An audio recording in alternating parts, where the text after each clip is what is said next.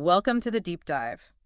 Have you ever felt like you're, really trying hard to get healthier, doing all the things you think are right, but just not seeing any changes? Or maybe the whole idea of going on a diet just feels, well, overwhelming and restrictive. Yeah, definitely. If that sounds familiar, then this deep dive is absolutely for you. Yeah, we've got a great source today.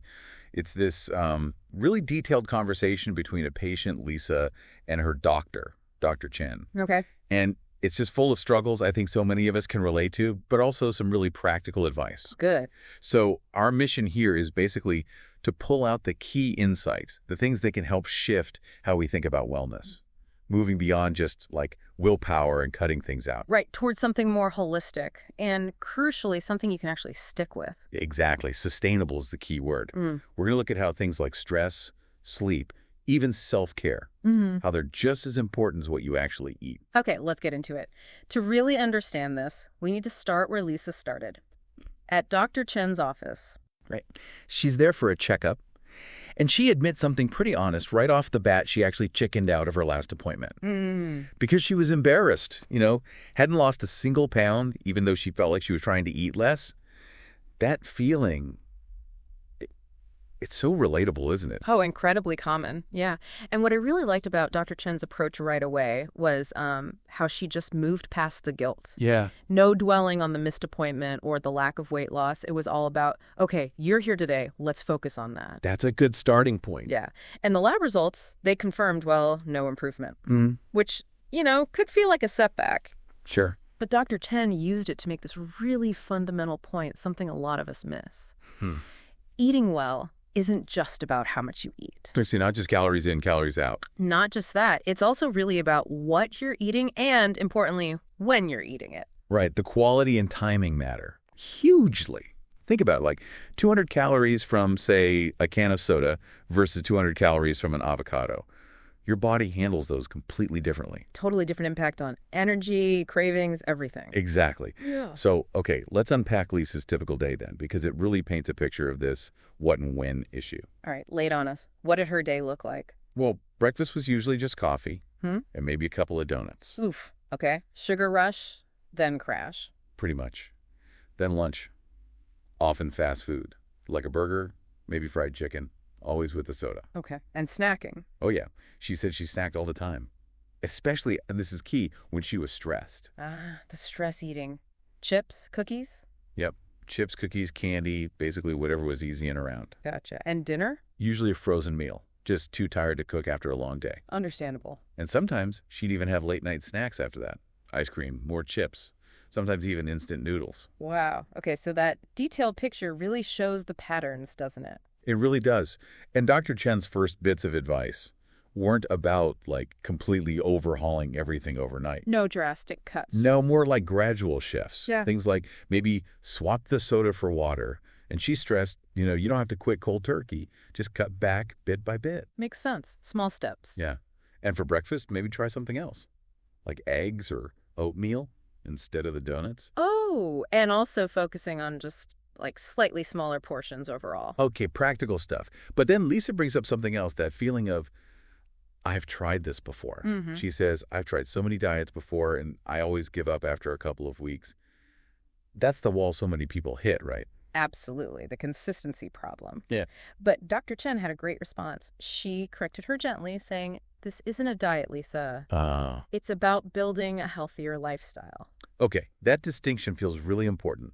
What's the core difference there in how Dr. Chen framed it? Well, a diet, it often feels like something temporary, right? Something restrictive you endure for a while, maybe to reach a certain number. Yeah, like a sprint to a finish line, then you can go back to normal. Exactly. Whereas a lifestyle change, that's about building sustainable habits, things you can actually integrate into your daily life long term. It's less about deprivation and more about empowerment. Adding things in, not just taking away. Precisely.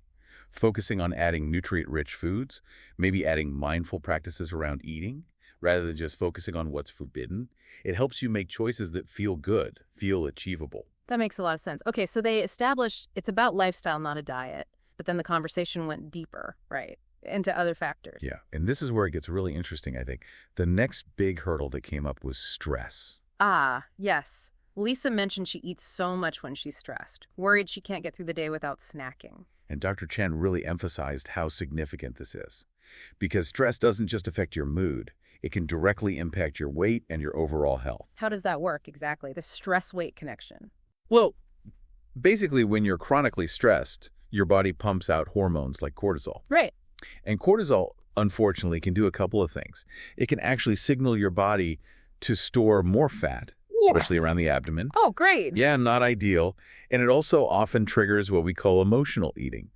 You start craving those quick energy, high sugar, high fat comfort foods. So it's like a double whammy. Your body's primed to store fat, and you're craving the stuff that's easier to store as fat. Got it. So even if you think you're just stress eating, there's a real biochemical process happening that makes managing weight much harder. Okay, so that stress piece is huge. And then when you look at Lisa's actual life, yeah, tell us about that. She's working 10, sometimes 12 hours a day. Wow. Getting only about 5 to 6 hours of sleep a night, which is not much. Definitely not enough. And her downtime, she mentions maybe a half an hour of watching TV. That's it. Okay. Plus, and this is a big one, she's also her grandmother's primary caregiver.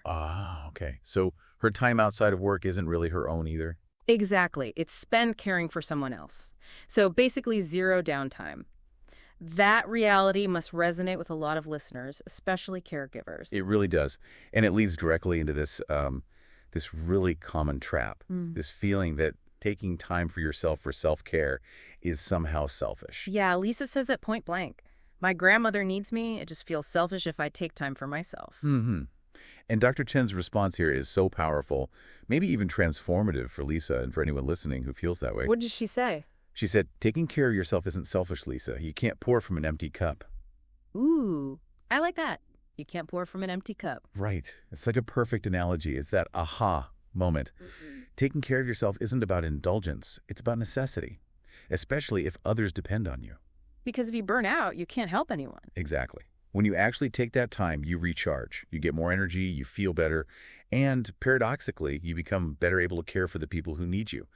It's about sustainability, not selfishness. That's a huge mindset shift. Okay, so for people listening who feel like Lisa, running on empty, juggling everything, what were some practical first steps that came out of this? Well, Dr. Chen suggested starting simple, really simple. First focus, sleep. Just trying to get more rest. Yeah. Aiming for more sleep because her body clearly needed it. That's foundational. Makes sense. What else? And then movement. But again, super accessible. She suggested just a simple 15-minute walk each day. Just 15 minutes. Yep. And she even said, walk around the grocery store counts. It doesn't have to be this intense workout regime.